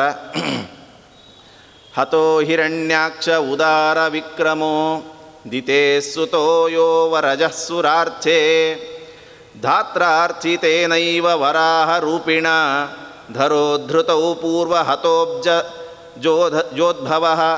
ಹಿಂದೆ ಪೂರ್ವ ಹತಃ, ಹಿಂದೊಂದು ಬಾರಿ ಸತ್ತಿದ್ದ ಇವನ ಕೈಯಲ್ಲಿ, ಮತ್ತೆ ಆವಿಷ್ಟನಾಗಿ ಮತ್ತೆ ಯುದ್ಧಕ್ಕೆ ಬಂದಾಗ ಅವನನ್ನು ಸುರಾರ್ಥೆ, ದೇವತೆಗಳಿಗೋಸ್ಕರ ಅವನ ಸಂಹಾರವನ್ನು ಮಾಡಿದ್ದಾನೆ. ಈ ರೀತಿ ಬ್ರಹ್ಮಪುತ್ರ ಆದಿಹಿರಣ್ಯಾಕ್ಷ, ದಿತಿಪುತ್ರ ಹಿರಣ್ಯಕಶಿಪುವಿನ ಮಗ, ಇಬ್ಬರನ್ನೂ ಕೂಡ ಪರಮಾತ್ಮ ವರಾಹಾವತಾರಿಯಾಗಿ ಸಂಹಾರ ಮಾಡಿದ್ದಾನೆ. ಈ ರೀತಿ ಅಂತಹ ವರಾಹರೂಪಿ ಪರಮಾತ್ಮನನ್ನು ಓಂ ನಮೋ ಭಗವತೆ ಮಂತ್ರತತ್ವಲಿಂಗಾಯ ಯಜ್ಞಕ್ರತವೇ ಮಹೀಧರಾಯ ಮಹಾಪುರುಷಾಯ ನಮಃ ಕರ್ಮಶುಕ್ಲಾಯ ತ್ರಿಯುಗಾಯ ನಮಸ್ತೆ. ಒಳ್ಳೊಳ್ಳೆ ಕರ್ಮ ಏನು ಮಾಡ್ತೇವೆ, ಎಲ್ಲ ಕರ್ಮಗಳಿಗೂ ಪ್ರತಿಪಾದ್ಯನಾದ ರೂಪ ಅದು ವರಾಹ. ಯಾಗ ಮಾಡಬೇಕು ಅಂದರೆ ವರಾಹನ ಚಿಂತನೆ ಇಲ್ಲದೆ ಯಾಗ ಮಾಡಲಿಕ್ಕಿಲ್ಲ. ಇವತ್ತು ನಾವು ಭೂಮಿಯನ್ನು ತೆಗೆದುಕೊಳ್ತೇವೆ, ಮನೆ ಕಟ್ತೇವೆ ಅಂದರೆ ವರಾಹರೂಪಿ ಪರಮಾತ್ಮನ ಉಪಾಸನೆ ಮಾಡಲೇಬೇಕು. ಭೂವರಾಹ ಮಂತ್ರ ಉಪಾಸನೆ ಮಾಡಿದರೆ ಯಾವುದಾದ್ರೂ ಜನ್ಮಾಂತರದಲ್ಲಿ ಇವತ್ತವನು ಒಂದು ಸ್ವಂತ ಮನೆ ಹೊಂತಾನೆ, ಇಲ್ಲ ಅಂದರೆ ಇಲ್ಲ. ಆದ್ದರಿಂದ ಭೂವರಾಹ ಮತ್ತು ವಾಮನ ಈ ಎರಡು ರೂಪಗಳನ್ನು ಉಪಾಸನೆ ಮಾಡಿದರೆ ಮಾತ್ರ ಇರಲಿಕ್ಕೆ ಒಂದು ಸ್ಥಿರವಾದ ಸ್ಥಾನ ಅನ್ನೋದು ಸಿಗ್ತದೆ. ಅಂತಹ ವರಾಹರೂಪಿ ಪರಮಾತ್ಮ ಅವನು ಹಿರಣ್ಯಾಕ್ಷನ ಸಂಹಾರ ಮಾಡಿದ್ದಾನೆ ಅಂತ ಹೇಳ್ತಾ ವರಾಹ ಏನು ತಿಳಿಸಿಕೊಟ್ಟ ಅಂದರೆ ಅತ್ಯಂತ ಪವಿತ್ರವಾದ ವಸ್ತುಗಳೆಲ್ಲ ವರಾಹನ ದೇಹದಿಂದ ಬಂತು. ಬೆವರು ಬಂತಂತೆ, ಪರಮಾತ್ಮನಿಗೆ ಬೆವರು ಬರಲ್ಲ, ಬಂದಂತೆ ತೋರಿಸಿಕೊಂಡ. ಆ ಬೆವರು ಹನಿಗಳೇ ಒಂದು ತುಂಗ ಆಯಿತು, ಒಂದು ಭದ್ರ ಆಯಿತು. ಪರಮಾತ್ಮನ ಬೆವರು ನಮ್ಮಂತೆ ಉಪ್ಪುಪ್ಪಾಗಿರುತ್ತಾ ಅಂದರೆ ಹೋಗಿ ತುಂಗಭದ್ರಾ ನೀರು ಕುಡಿದು ನೋಡಿ ಗೊತ್ತಾಗ್ತದೆ. ಗಂಗಾ ಸ್ನಾನ ತುಂಗಾ ಪಾನ ಅಂತ ಪ್ರಸಿದ್ಧ. ಅತ್ಯಂತ ಸಿಹಿಯಾದ ನೀರು ತುಂಗಾ ನದಿಯ ನೀರು. ಯಾಕೆ ಅಂದರೆ ಅದು ಪರಮಾತ್ಮನ ಬೆವರ ಹನಿ. ಆದ್ದರಿಂದ ನಮ್ಮಂತೆ ಕೆಟ್ಟ ಗಂಧ ಕೆಟ್ಟ ಬೆವರನ್ನು ಹೊಂದಿದವನು ಪರಮಾತ್ಮ ಅಲ್ಲ, ಅದು ಲೀಲಾಮಾನುಷ ವಿಗ್ರಹ, ಅವನ ದೇಹದಿಂದ ಬಂದ ನದಿಗಳಾದ್ದರಿಂದ ಅವುಗಳಿಗೆ ಅಷ್ಟು ಪ್ರಸಿದ್ಧಿ ಇದೆ. ಇನ್ನೊಂದು, ಅವನ ಮೈಯ ರೋಮಗಳು ಕೂದಲು ಇವತ್ತು ದರ್ಭೆಗಳಾಗಿದೆ. ಆದ್ದರಿಂದ ಆ ದರ್ಭೆಗಳು ಅತ್ಯಂತ ಪವಿತ್ರ. ಯಾಕೆ ಅಂದರೆ ಅದು ಪರಮಾತ್ಮನ ಮೈಯ ರೋಮ ಆದ್ದರಿಂದ. ಇನ್ನೊಂದು ಎಳ್ಳು ಪರಮಾತ್ಮನ ಮೈಯಿಂದ ಬಂದದ್ದು. ನಾವು ಎಳ್ಳು ಕೊಡಬೇಕೋ ಬೇಡವೋ ಅಂತೆಲ್ಲ ವಿಚಾರ ಮಾಡ್ತೇವೆ. 3 ವಿಧವಾದ ಎಳ್ಳಿದೆ, ಬಿಳಿ, ಕಂದು, ಕಪ್ಪು ಅಂತ. 3 ವಿಧವಾದ ಎಳ್ಳನ್ನು ದಾನ ಮಾಡಿದರೆ ಬರುವಷ್ಟು ಪುಣ್ಯ ಒಂದು ಭೂಮಿಯಲ್ಲಿ ಬಂಗಾರವನ್ನೇ ಇಟ್ಟು ಪೂರ್ತಿ ಭೂಮಂಡಲ ದಾನ ಮಾಡಿದರೂ ಬರೋದಿಲ್ಲ. ಅಷ್ಟು ಪುಣ್ಯ ಕೇವಲ ಎಳ್ಳಿನ ದಾನದಿಂದ ಬರ್ತದೆ. ಆದ್ದರಿಂದ ಕೃಷ್ಣ ಅವತಾರ ಮಾಡಿದಾಗ ನಂದಗೋಪ ಎಳ್ಳಿನ ಪರ್ವತಗಳನ್ನೇ ದಾನ ಮಾಡಿದ ಅಂತ ಭಾಗವತ ಹೇಳ್ತದೆ. ಆದ್ದರಿಂದ ಅಂತಹ ಎಳ್ಳು ಪರಮಾತ್ಮನ ಮೈಯಿಂದ ಬಂದದ್ದು. ಯಜ್ಞ ಪ್ರತಿಪಾದ್ಯನಾದ ವರಾಹರೂಪಿ ಪರಮಾತ್ಮ ಧರಾದೇವಿಯ ಪತಿ. ಭೂದೇವಿಗೆ ಅಹಂಕಾರ ಬಂದ್ಬಿಡ್ತು. ಪರಮಾತ್ಮನೇ ನನ್ನನ್ನು ಉದ್ಧಾರ ಮಾಡಿದ ಅಂತ ಅಹಂಕಾರ ಬಂತು. ತಕ್ಷಣ ಪರಮಾತ್ಮ ನನ್ನ ಭಕ್ತರಿಗೆ ಬರುವ ಅಹಂಕಾರ ಸರಿಯಲ್ಲ, ಖಂಡನೆ ಮಾಡಬೇಕು ಅಂತ ಒಂದು ಮಗು ಕೊಟ್ಟ. ಮಗುವಿನಿಂದ ಅಹಂಕಾರ ಪರಿಹಾರ. ಆ ಮಗು ಭೌಮಾಸುರ, ನರಕಾಸುರ ಅಂತ ಹೆಸರಾಯಿತು. ಭಾರೀ ದುಷ್ಟ. ಕೊನೆಗೆ ಸತ್ಯಭಾಮಾದೇವಿಯಿಂದ ಅವನನ್ನು ಸಂಹಾರ ಮಾಡಿಸಿದ. ಭೂದೇವಿಗೆ ಅಹಂಕಾರ ಕಡಿಮೆ ಆಯಿತು. ಯಾಕೆ? ನನ್ನ ಮಗ ಕೆಟ್ಟವನಾಗ್ಬಿಟ್ನಲ್ಲ, ನನ್ನ ಗಂಡ ಎಷ್ಟೇ ದೊಡ್ಡವನಿರ್ಬೋದು, ನನ್ನ ಮಗ ಲೋಕಕಂಟಕ ಆದ ಅಂತ ಅಹಂಕಾರ ಕಡಿಮೆ ಆಯಿತು. ಇದನ್ನು ಆಖ್ಯಾನದಲ್ಲಿ ಹೇಳ್ತಾರೆ ರಾಜರು. ಆದ್ದರಿಂದ ನರಕಾಸುರನನ್ನು ಕೊಟ್ಟು ಆ ಭೂದೇವಿಯ ಅಹಂಕಾರ ಖಂಡನೆ ಮಾಡಿದಂತಹ ವರಾಹರೂಪಿ ಪರಮಾತ್ಮ ತೋರಿಸಿಕೊಟ್ಟದ್ದಂದರೆ, ಸಂಸಾರ ಸಾಗರದಲ್ಲಿ ಯಾರೇ ಮುಳುಗಿರಲಿ ಅವರು ನನ್ನನ್ನು ಒಂದು ಬಾರಿ ಸ್ಮರಣೆ ಮಾಡಿದರೆ ಭಕ್ತಿಯಿಂದ, ಅವರು ಎಂತಹ ಆಳದಲ್ಲಿ ಮುಳುಗಿದ್ರೂ ಕೂಡ ಅವರನ್ನು ಮೇಲೆತ್ತುವಂತಹ ಶಕ್ತಿ ನನಗಿದೆ, ಆ ಕರುಣೆ ನನಗಿದೆ. ಆದರೆ ಭಕ್ತಿಯಿಂದ ನನ್ನನ್ನು ಒಂದು ಬಾರಿ ಸ್ಮರಣೆ ಮಾಡಬೇಕಷ್ಟೇ, ಇದು ಅವರ ಕರ್ತವ್ಯ ಅಂತ ಈ ರೀತಿ ಪರಮಾತ್ಮ ತಿಳಿಸಿಕೊಟ್ಟಿದ್ದಾನೆ. ಮುಂದೆ ರಾಯರು ಇನ್ನೊಂದು ಶ್ಲೋಕ ಹೇಳ್ತಾರೆ ವರಾಹನನ್ನು ವರ್ಣನೆ ಮಾಡುತ್ತಾ. ಚಂದ್ರನಲ್ಲಿ 16 ಕಲೆಗಳಿದೆ. ಆ ಕಲೆಗಳೆಲ್ಲ ಸೇರಿ ಒಂದೇ ಕಡೆ ಬಂದರೆ ಹೇಗಿರುತ್ತೋ ಹಾಗೆ ನೀನು ಕಾಣ್ತಾ ಇದ್ದಿ ಅಂತ. ಅಂದರೆ ಈಗ ಕೃಷ್ಣ ವರಾಹ ರೂಪ ಇದು, ಕಪ್ಪಗಿದ್ದಾನೆ ನೋಡಲಿಕ್ಕೆ.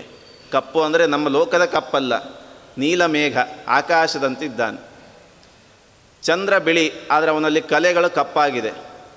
ಆ ಕಲೆಗಳೆಲ್ಲ 16 ಕಲೆಗಳು ಒಂದೇ ಕಡೆ ಬಂದು ಸೇರಿದರೆ ಹೇಗೆ ಕಾಣಬೇಕೋ ಹಾಗೆ ನೀನು ನೋಡಲಿಕ್ಕೆ ಕಪ್ಪು, ಆದರೆ ನಿನ್ನ ವರಾಹದ ದಂಷ್ಟ್ರ ಕೋರೆ ದಾಡಿಗಳೇನಿದೆ ಅದು ಬಿಳಿಯಾಗಿದೆ.